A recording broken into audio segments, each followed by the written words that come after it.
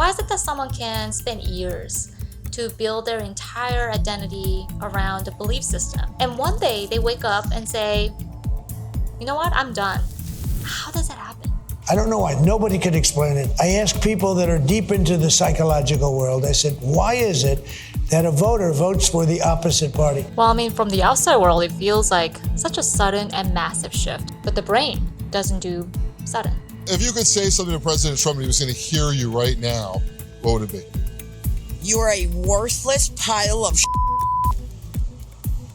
And you voted for him how many times? 3 times. That was my bad. Apparently, I'm an idiot. What looks like an overnight change of heart actually is the culmination of months, if not years, of painful process of dealing with cognitive tensions that led to where they are now.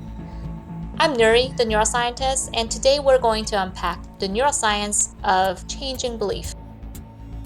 I've been seeing a new wave of people who have left the MAGA movement, and turns out there's quite a few of them. There's even a support group that is dedicated to help people get through the transition, including the process of reconciliation with their family members. And I've been really curious about their stories, so I've been reading a lot of them, reading their accounts, and actually connecting them to what we already know about how the brain processes belief. And I want to be clear that this video is not about judging who's right or wrong politically. This is something that affects all of us, because the same mechanisms that we're going to explore today are the ones that shape every piece of strongly held belief, both yours and mine. So by the end of this video, you'll understand how brain literally filters out information that doesn't align with your existing beliefs. And this is not a character flaw, it's by design. And how social media is really engineered to change our perspectives without you even noticing.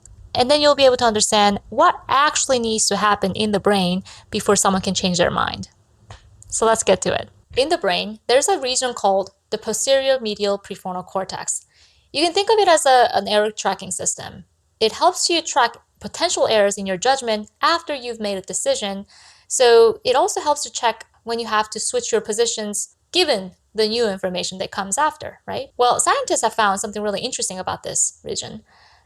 This region responds less strongly to opinions that contradict our existing beliefs than to ones that do align. The very signal that would normally prompt us to reconsider different options get turned down when the incoming information is contradictory to what we already believe. And that might be why leading with facts rarely works to change someone's mind. Even if you have the best accurate information that you're presenting to somebody, it's no use if someone you're talking to is shutting the brain region down to turn off the signal to reconsider their options. And in fact, the founder of the Leaving MAGA support group says the same thing from lived experience. Don't lead with facts. This makes a lot of neurological sense. And one of the most consistent patterns I've seen across these stories is what I would call shielded perception. When we engage exclusively with people that share our view, we keep reinforcing each other's worldview. And the longer we're staying in this state, the more of our internal model of what the reality is gets narrower. And anything that goes beyond outside of this worldview becomes to feel foreign and threatening, or just simply wrong. And you've probably already seen some examples of this. When someone is a strong in-group, it seems like it's impossible to criticize the leader. It's almost as if the leader can do no wrong. And I couldn't help but get curious. The more important question would be, how can we respond to this with something better than anger or blame? Well, to understand how any of this works, we first have to understand how people decide something is true or false. Humans have a truth bias, which means that we tend to believe things that we hear are probably true. And there's an evolutionary advantage to this because there's just so much information and it's incredibly taxing to verify every single piece of information that's coming at us. And it can be pointless to overanalyze everything when taking action is what keeps us protected. Casting doubt or asking questions takes time, and time can be the difference between life and death. So we evolved to prioritize action over verification. And psychologists call this knowledge neglect. We accept information without taking the time to verify it. Now, add to our tendency to create illusory truth based on repetition. I think of the fake it till you make it as an analogy. The more a claim is repeated, the more likely we are to believe it as true. Studies show even repeating something just once can meaningfully shift our sense of its credibility, and it's called the illusory truth effect.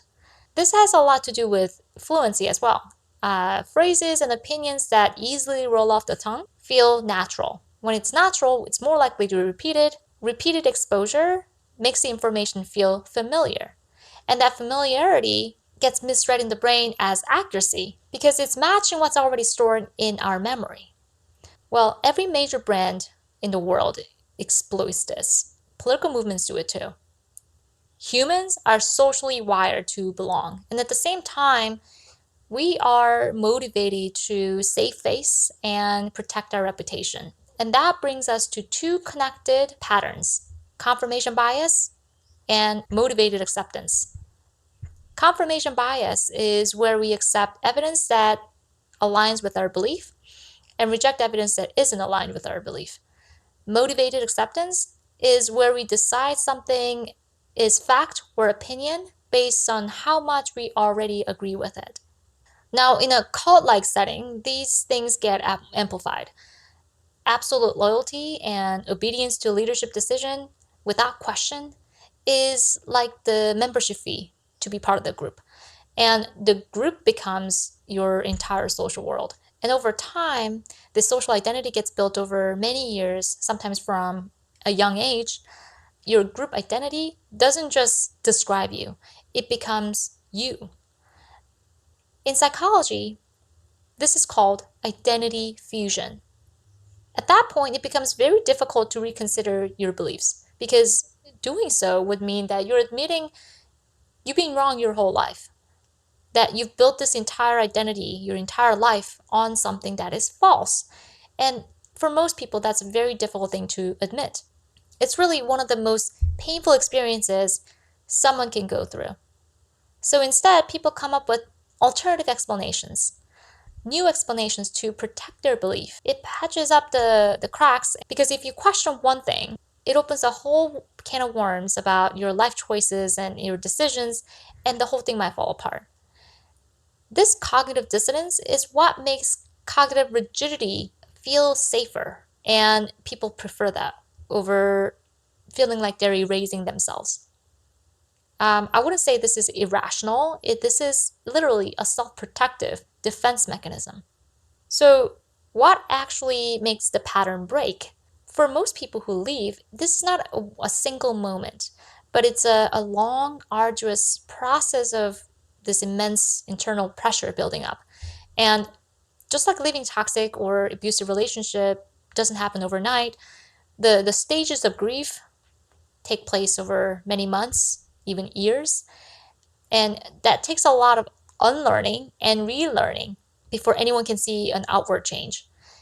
And the trigger point, the moment that someone says, I am done, I'm walking away, it's deeply personal and it's different for everybody.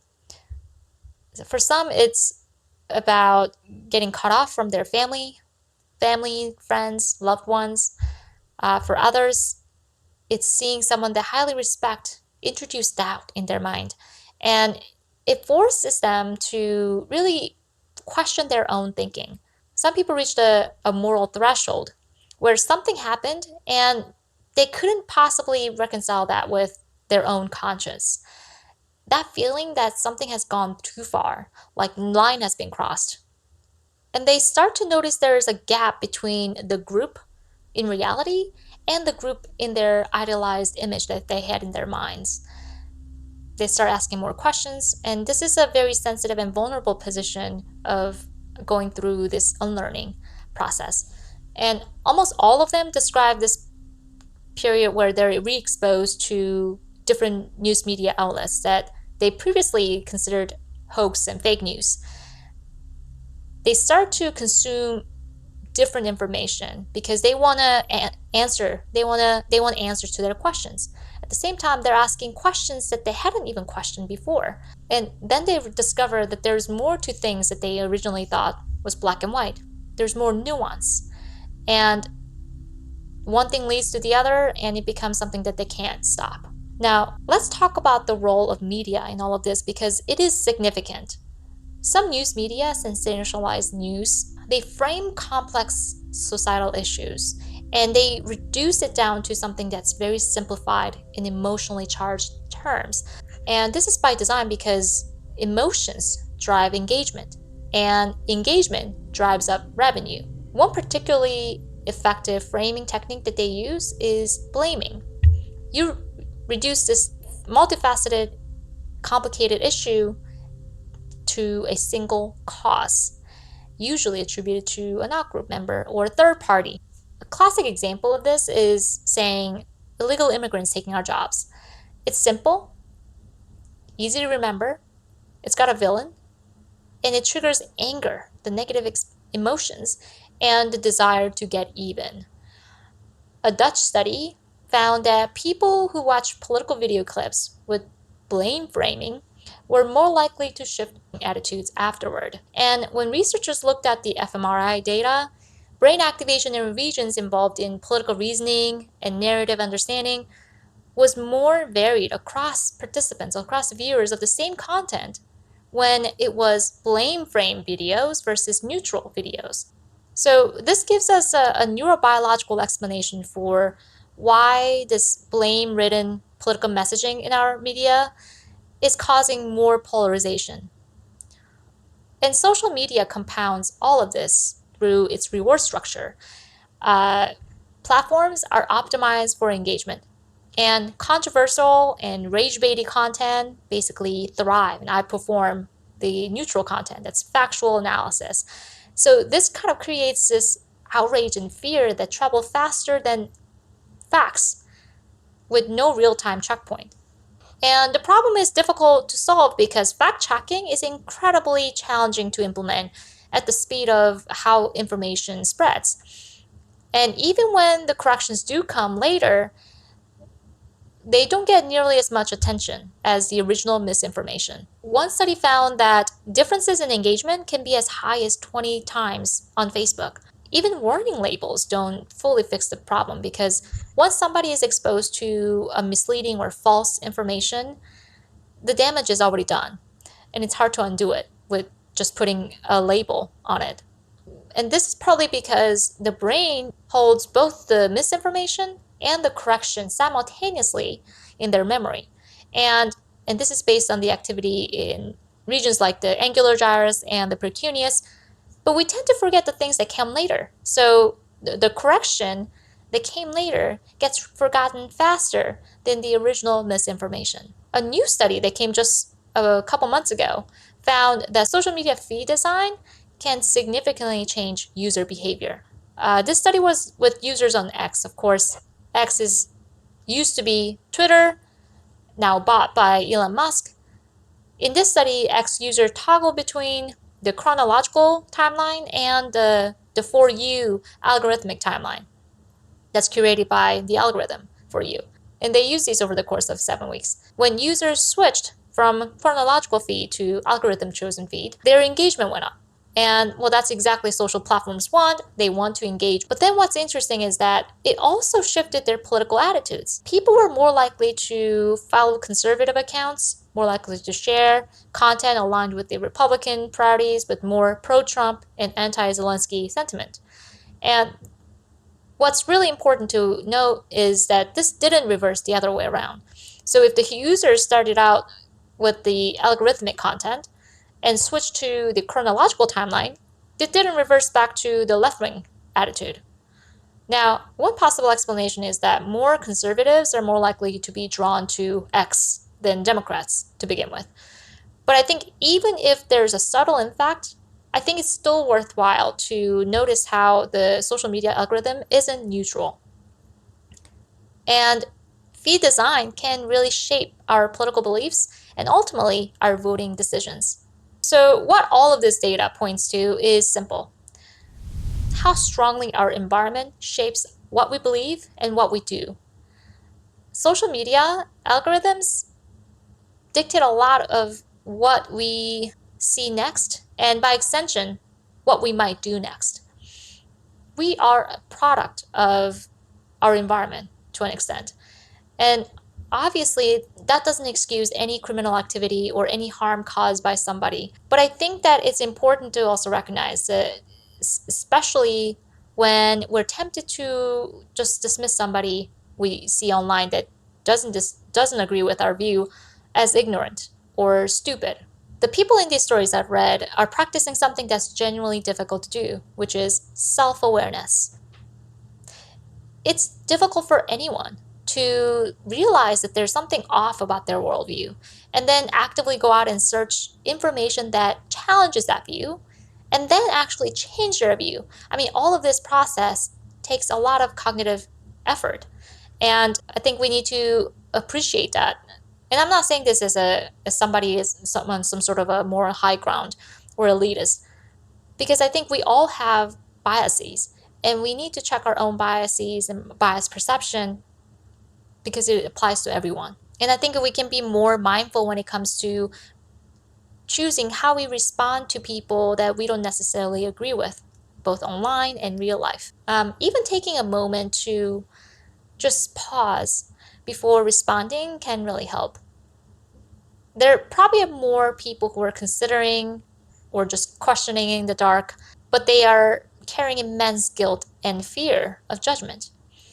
Empathy lowers our threat response. It's the single most effective thing that we can do to provide psychological safety for somebody to finally process something they've been avoiding. In every moment in our country's history when we've been in a time of crisis, the way we've gotten through it and the way we've made progress is through unlikely but necessary alliances.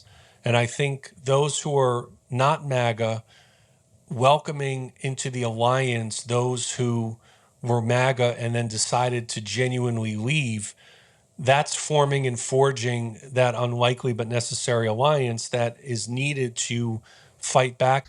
Well, if this video helped you change something or feel something different about anything, I would love to hear from you. Please leave a comment. I'm always learning to see what people are thinking, and also I welcome all kinds of feedback. What helped, what didn't, so that I can improve the experience, the viewing experience for you each time that I post. If you like this kind of content, please like and subscribe to my channel. I've been creating these videos to look at societal issue that seems so big and insurmountable and connect that to the hard science. How does the brain work? How does the human mind work? And hopefully to help not only to understand our own self, how our own mind works, but also how we can actually connect with other people that may work differently. And if you like this mission and you want to see more of this content, I would love to see you more often by subscribing to my channel. So I'll see you later.